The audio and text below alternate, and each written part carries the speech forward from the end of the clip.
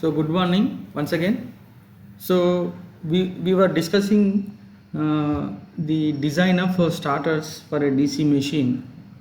So we came to know that the n, the number of sections, n denotes number of sections, is equals to log RA by R total by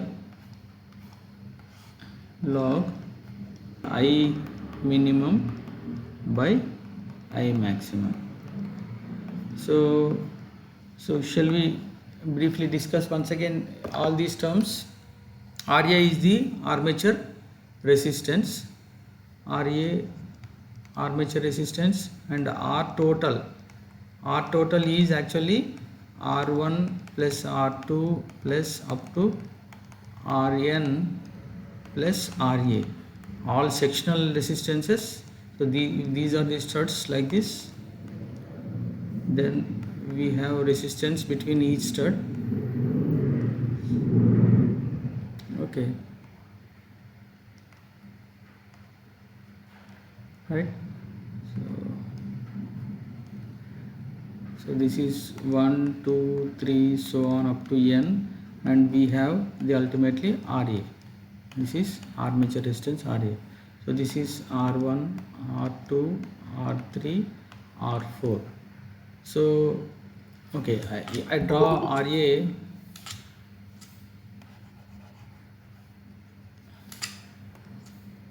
like this. Okay, this is Ra. So R total is the sum of all the resistance including armature resistance, and R total minus 1 is, this is R total, I said R total comma 1, that is minus 1, right? So which is subtraction of this resistance from the R total. Likewise, so if R total comma 2, like this, it goes on like this. So R total n, so R total n indicates only this resistance. R total comma n means up to nth resistance, all are subtracted from the R total. Okay, right. So Ra, R total, and all other terms also defined. And what is minimum and maximum currents? What are these two currents? So we said that we are trying to limit the starting current. Instead of it actually raises very high and then settles down. The current will settle down like this if I don't use any starter, and this peak current will be more than, very larger than 2 times of rated current. So I want to limit this current to somewhere between 2 times of rated current and rated current, between rated current. So as the current increases initially, then I keep on the first stud like this for some time. My arm will be located on first term for some while. When armature current decreases and speed increases, and at a moment when it touches the lower current IR or I minimum, this is I maximum and this is I minimum, right? So then I again move from first stud to second stud. Immediately the current jumps, because speed remains constant. Current is resistance is decreased by value R1, then current jumps from minimum current to maximum current, right? So again keeping it stud 2 for some while, then again speed increases, current decreases, right? So at some time later, if I move further to stud 3, then this resistance also removed, then current again increases to maximum value and speed further raises and then current decreases. So likewise I am trying to maintain my current between I maximum and I minimum. Okay, I maximum, current between I maximum and I minimum, right? So these are defined values. So these two quantities I minimum and I maximum are defined, and RA is already known. Only thing is I need to calculate this R total to determine this n number of sections. So what is R total? R total is the, I said, the total resistance of all the sections R1, R2 up to Rn plus Ra, right? So when I have given this I maximum, then R total will be Vt by I maximum. Vt by I maximum gives me R total, right?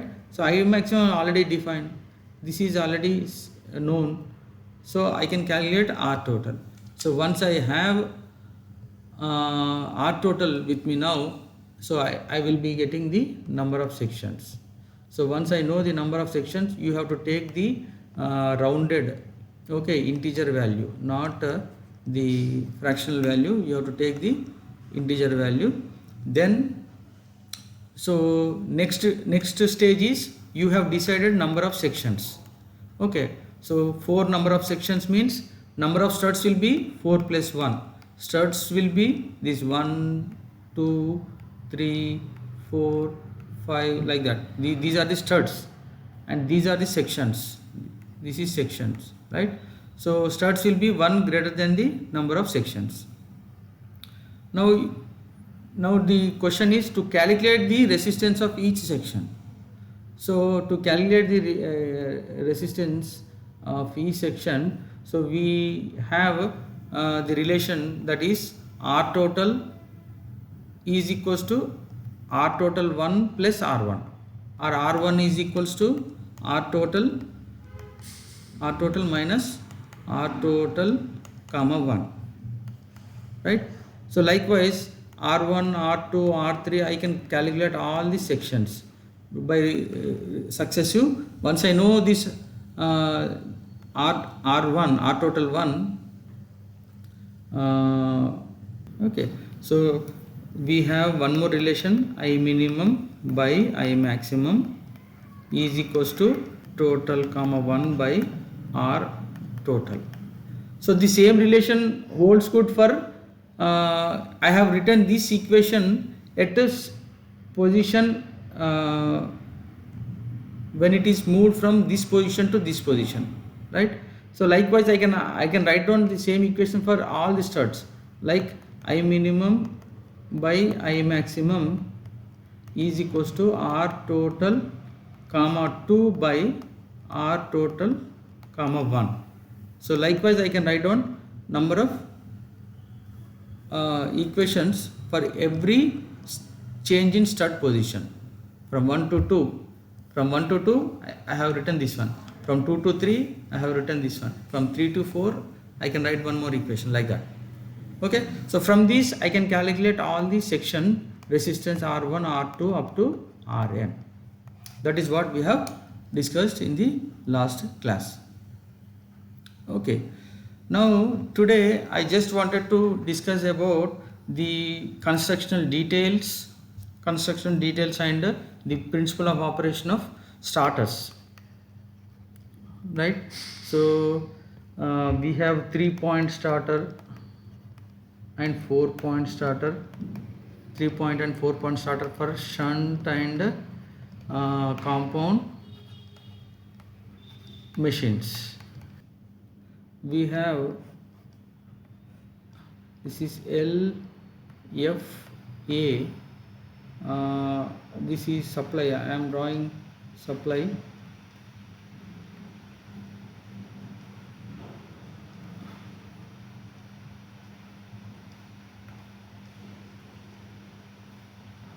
This is field,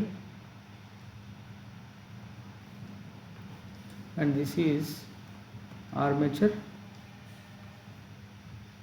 of the motor. Okay, do you understand this one? This is VT, and this is double pole single throw, this is fuse, and this is the LAF, are the 3 terminals came from the starter: line, field and armature. Line, field and armature, right? Now these are the three connections. Inside we have starter, here we have starter, right? So we'll give the connections like this. If you do any experiment in the laboratory, you have such type of connections, right? Now yeah, so this is L, A and F. This is field, this is supply, and this is armature. Now this is entire thing is the starter, right? I am taking this figure from the Bimra because we don't have a starter in Chapman. So the construction details are I am taking this from the Bimra. Okay, so now these are the studs. So this is stud 1, 2, 3, 4 up to 6 studs, and the end of the sixth stud is connected directly to the armature, right? And we have a what is a lever like this, right? And it is having a spring at the center, right? I can move this lever at this end. Okay, I can move this lever at this end like this, and this is fixed at, this is pivoted here, but it is having a spring action. If I move to some extent and leave that lever, it will come back to off position, right? Due to this spring action, it will come back to its off position, right? And now these are the sectional starter resistances. Each section resistance R1, R2, R3 like that. And we have a holding coil HC holding coil like this, and this is a ferromagnetic material, this. And when I move this lever up to sixth position, sixth stud, now this will fix to this magnet, this soft iron is closing this loop, right? So that the magnetic field will complete the circuit, and this lever will be holding to this holding coil. It will fix there onto the on position. This lever will hold on to this last stud 6 by this holding coil, right? When it is energized. Okay, and now forget about this loading coil. Okay, now the line, this is plus and this is minus, this is line positive, and it is connected through this coil, this lever. Now when first it comes to stud 1, entire resistance is connected in series with the armature, right? Entire resistance is connected. So this is plus sign here, line is plus sign, this is coming like this, and when at first stud, this entire resistance will be there in the armature circuit, right? So no inrush current into the armature because of starter resistance. So armature starts rotating and the speeds pick up. Now as we move from one stud to other stud like this, we are decreasing the armature resistance, and finally it comes to sixth position, and here it is on, it will stay here, this lever will be staying here at sixth position, and this is holded by this holding coil, right? Now how does this holding coil is energized? It is energized from this point. Okay, so here there is a connection like this from the top of the resistance, and then it is coming like this, and it is through the field winding. You forget about these two, so this field holding coil is energized from this point to like this, right? So when lever is from 1, 2, 3, 4 up to sixth one, now still what is happening, still this holding coil will have its circuit closed.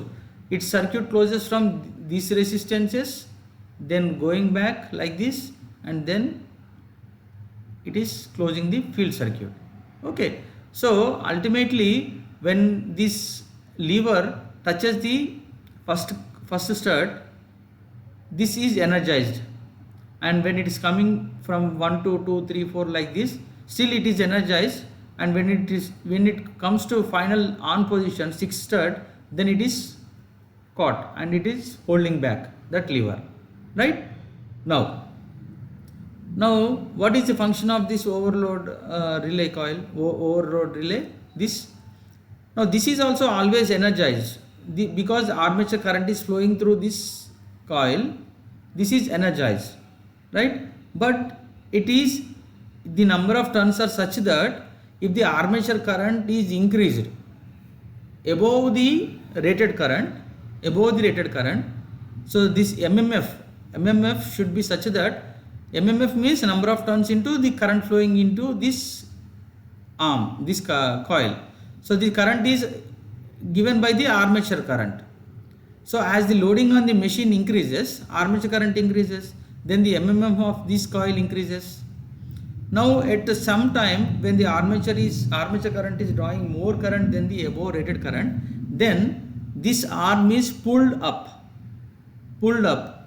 and what happens? This arm is pulled by this what is a C section magnetic core. Okay, now this will close these contacts A and B. When the arm, this M is lifted up, now this will close these two contacts A and B. Now what happens when these two contacts are closed?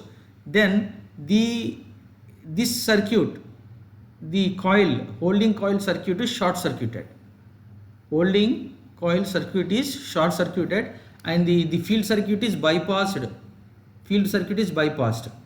The holding coil is short circuited and the field is bypassed from this holding coil, right? So when this holding coil is short circuited, the lever is released and it comes to off position.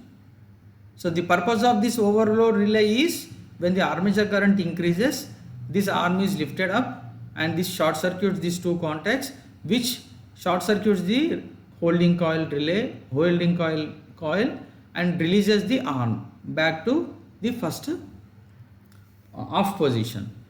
Okay, so this is the basic principle of operation of the 3-point starter. 3-point means we have only 1 2 3 L, line, field and armature, 3-point starter. Okay, now if you carefully notice that the armature, the field circuit, even when the lever is on position 6, the field circuit includes this resistance. Okay, so this starter resistance is included in the field circuit, right? Always when the machine is, the motor is started with a starter and the lever is kept on the on position like this. Now under that condition, the field circuit includes the starter resistance, right? Now if you, once again I'll go back to the this one. Suppose generally the field resistance, if this is 200 or 220 volts, now this will be almost 200 and above ohms, the RF, the field resistance, and armature resistance will be less than 1 ohm, less than 0.05, like that, less than, very less than 1 ohm. Now the start, for limiting the armature current during starting, we will be, so what will be the starting current of what will be the rated current of this motor? For this, suppose it is 100 amps. Okay, so armature resistance, let me take 0.05 armature resistance, and this armature current, rated armature current as 100 amps. Now to limit the starting current, starting I maximum current, okay, 2 times the rated current, that is 200 amps. So I have to keep a R total, is equals to 200 divided by I maximum is 200. So it is coming to 1 ohm. Are you following what I am saying? right? So that is R total is the all sectional resistances plus armature resistance. So all sectional resistance is, if I subtract from this 0.05, so it is coming to 0.95 ohms. So the starter resistance should be nearly a 0.9 ohms. Now this is in comparison with the field circuit resistance, it is very low, it is insignificant, right? So normally generally the designers of these starters don't bother about these starter resistance when compared to the field circuit resistance. Have you followed this one, everyone? The important, okay, that is fine. Even though the starter resistance is included in the field circuit, for normal operation we don't bother anything. But the question comes is, when I place the field resistance, external field resistance, to control the speed of the motor above its rated normal speed, then I have to increase the external resistance to reduce the field circuit current and flux. So what happens if I place some external resistance here and increase that value slowly?